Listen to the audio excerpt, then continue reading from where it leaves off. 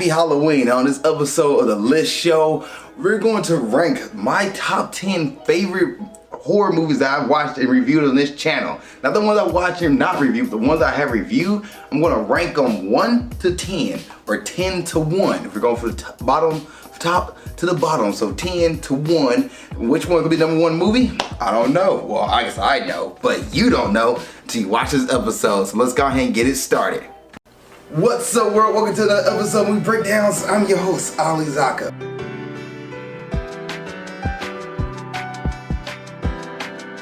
Number 10. The 10th one is going to be something that don't be classified as a horror movie when you look it up. The things that was done in this movie made it seem like a horror movie, and it really was the first horror movie in the MCU, and that's Doctor Strange 2 and the Multiverse of Madness. This movie had a bunch of horror scenes, a horror technique that was done by Sam Raimi, with Wanda coming through the glass and Wanda kind of hunting down the good guys in the movie, the protagonists of this movie. That this movie was almost like the first horror movie from the images you've seen, people burning up and on fire and the corpse and everything. It was like, oh my gosh, this is not a kid's movie. It's PG-13, but it's a strong PG-13. And the horror vibes from Black Bolt blowing his head up to Mr. Fantastic going out the way he did, it makes itself on this list for number 10, but obviously it's number 10 because it's not considered an actual horror movie. You'll look it up, it'll be like action, adventure, thriller,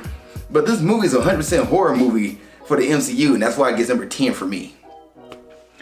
Number 9. Number 9 is gonna be Mother. And the reason I'm looking down, I can have my list down below, but number 9 is Mother. And the reason why Mother ranks number 9, the horror of people coming into your house and taking over, and your significant other doesn't care, and you're just like sitting there screaming to Jennifer Lawrence's movie like, please step up, please grow a pair and kick them out the house, please. And then you watch the movie goes downhill and people taking over, and this horror of dating to a celebrity who only cares about themselves and don't care about other people. And the reason why I give this movie the 9th place, because the ending, the 3rd act, is so sideways, so left and right, and so far afield. Even though you can look up and get all the religious aspect of the movie, and the director will tell you that it's all about, religious aspect and stuff like that. But even though you get that in that movie, it just seems so left field and so sideways that you're just like, what am I watching? Like, I legit laughed a few times in this movie where I was like, this is hilarious to me. But it was a good horror flick for the moment, and I added to number 9. And before I move to number 8, I just want to give a shout out to the director, who is Darren Aronofsky. Hope I said your name right. But yeah, he is the director of that movie. Number 8 is Funny Games. Funny Games, you look up, it's not going to be considered a horror movie. This movie is a horror movie. It's considered a thriller crime movie. No, it's a horror movie. It's a movie where the villains win in the end. They take over, but the stuff that was doing to the family and just like breaking their legs and making them sit on the couch and play this game about who's gonna survive, and the stuff of hunting down a kid. Like, this movie is 100% a horror movie. It shouldn't add to the horror movie. The scenes you see is grotesque in certain bits and pieces, and it's definitely a movie. It's a thriller and a horror, but it definitely is a horror movie. And the fact that the main characters, you can call them protagonists or the antagonists, but they seem to be like so nonchalant by everything they're doing, and then freaking out when the hostages don't want to play, the family don't want to play this game, and they're like, how do you want to play? Just say please, say thank you. And they're like gaslighting them and doing all these things psychological to them, where it's like, this is a horror movie.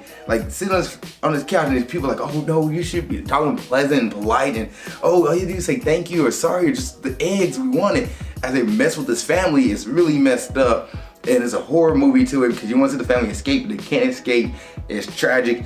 That's why it gets number 8 to me. It's number 8 on my list because of that reason. Number 7. Number 7 is The Invisible Man, the 2020 version, The Invisible Man. I, at first, was not into this movie. It's a horror movie where you have the character who, she is trying to get away from her ex-fiance or ex-husband, and he is pretty much stalking her and making her life a living heck. in an Invisible Man costume. And what he's doing to make this costume, he's using cameras to reflect light so he turns invisible. And she got to convince everybody that she's not going insane, that she's legit getting hunted down by her fiance, her ex-fiance, or her husband, and trying to escape this man. And the movie on that budget is $7 million. And I remember that stuck with me when I rewatched it, because like this movie, like at first I was like, man, the CGI in this movie is not that great. But the budget is $7 million. Like, okay, this movie, they did a lot with what they had, and I give them props to that. And then the ending of it, where it's a very satisfying ending, where she gets, cause you thought, because the dude kept playing all these mind games, she could keep going back to him, she keep going back, she can't escape this horrible relationship. And you're thinking, man, like she's gonna go through the whole cycle all over again, and she finally gets out.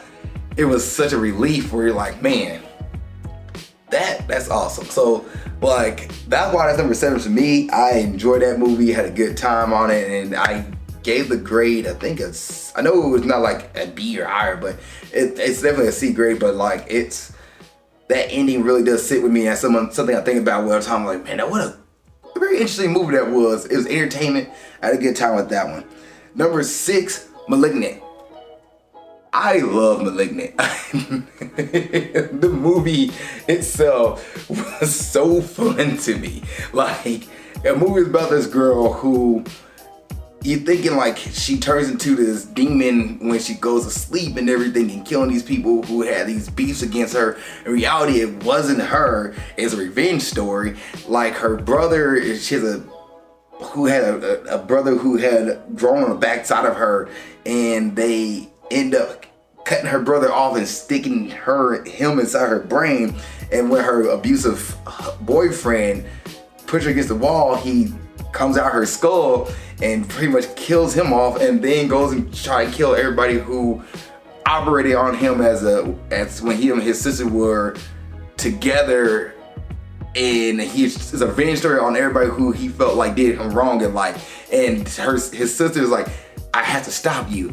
And the ending of this movie, where you think the villain actually won, like it was the ending where you're like, oh man, like the villain won, and then she ended up stopping him in her mind, and had like this mind battle. I don't know, it was such a cool movie. The concept of it, and James Wan did the camera angles, like the angle where she's running through the house, and it's the sky angle, and you see like the house, and she's moving around the house, which is such a cool concept. And the stuff he did in this movie was so cool. Now, it's really ridiculous at times too, because the main character, she can't really do much.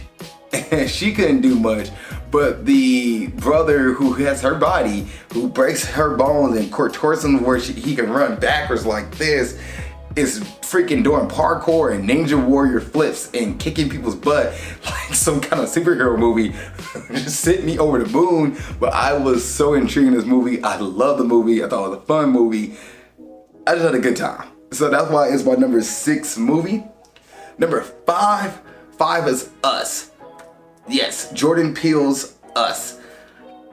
I love the movie. It was a horror movie. I thought the family was great. I thought the family fighting their alternative selves was great. Trying to escape this whole thing, and then kind of find out when the twist happened in the movie, and you're like, wait a minute. So the family was trying to get revenge. There's a lot of revenge in horror movies. Like revenge. Like I like movies that have story and plot behind it. Like it wasn't just because someone was attacking somebody to attack somebody. It was attacking them because they felt like they was done wrong, and they trying to get their life back or get something else. So the villain is not really the villain.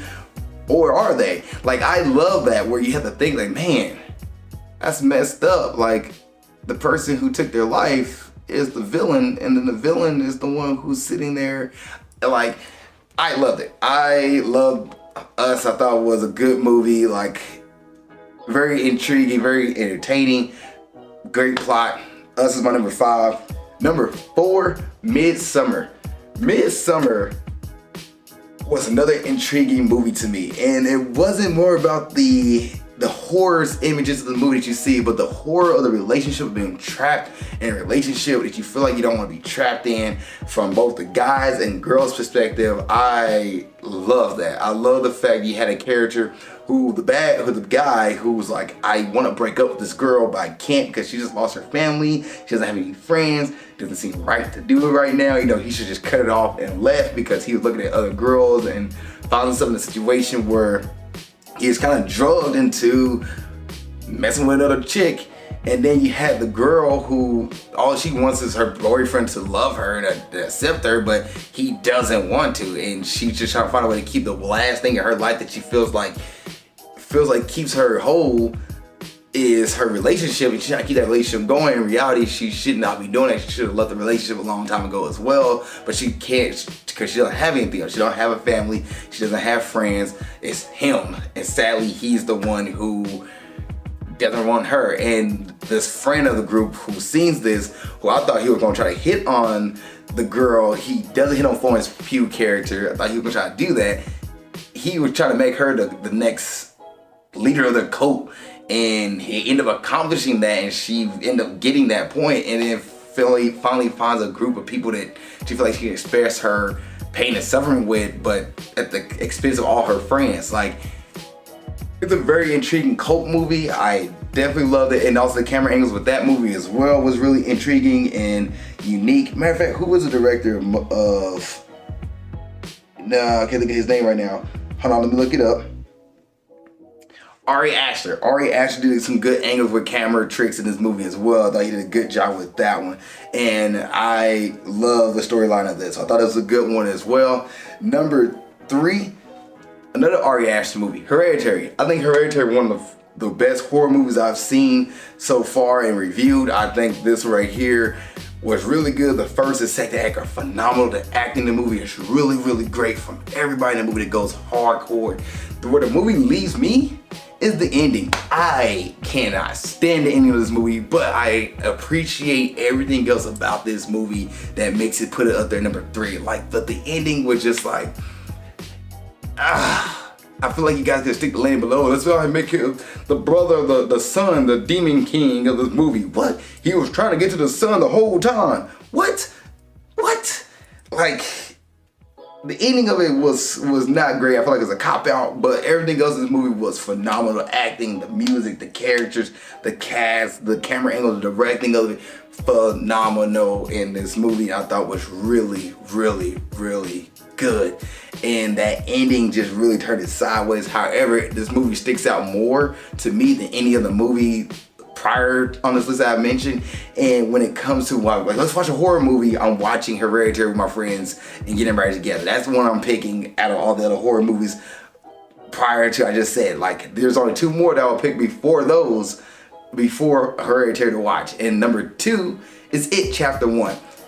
Freaking phenomenal. It Chapter 1 is just really good. It's really, really good. Like, the Pennywise, the movie, the clown, just terrifying, and the kids gotta find a way to overcome and beat Pennywise. I thought was really, really good. Like, it was creepy, he was disturbing, the way he attacked them, nightmares. I think It Chapter 1 was really, really good. One of the best horror movies I've seen that year when it came out. Solid, purely solid.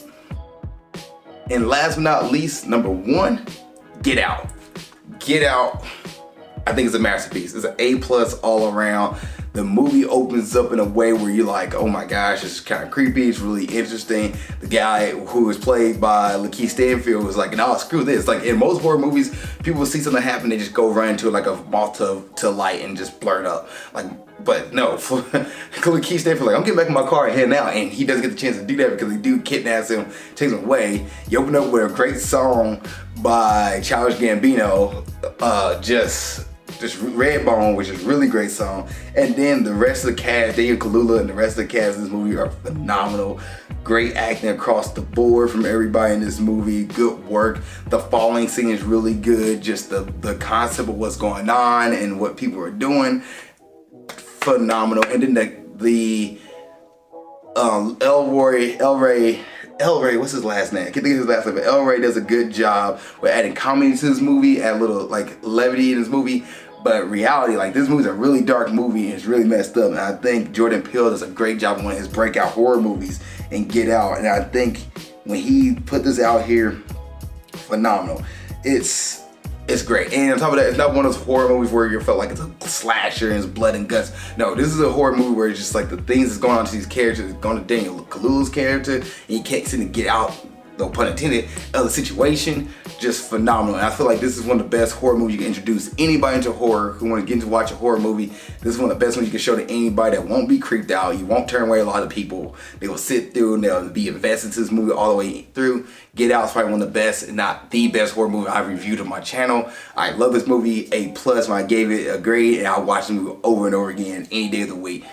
Just phenomenal. Phenomenal. Think lighting, cast, directing, everything about this movie, great. Music, solid. Just and the reason behind it too, like they decided to take this brand, this like race of humans, because they feel like they athletically and stuff like that are superior, so they were just like, I'm gonna live in this person's body, so I'm gonna take this person's body and live on forever. So like the family was doing this because they wanted to keep other people in their community keep growing. And Daniel Kaluuya doesn't have any friends, but his one friend, it's phenomenal. I love this movie. Get Out is probably one of the best horror movies I've ever seen. It's terrifying, and plus it's a meet the family movie, meet the parents movie. What time meeting the parents is never terrifying. Like, that's always terrifying, and this movie does a great job with that. So I love it, love it. Get Out is probably the best horror movie I reviewed on my channel. If you've seen the horror movies on my channel, or you see this list of movies, what did you think? Please put in the comment section below. I'm curious what your thoughts are. And if some of y'all put like, what? You put It Chapter 1 over Midsummer Hereditary? How dare you? Like, I know somebody in the comments gonna go off right now. You put The Invisible Man above this. You throw Doctor Strange 2 in here? I feel like you guys, but I want the smoke. So put it in the comment section below. Other than that, thank you guys so much for watching the episode of the List Review, or the List series, and keep being awesome.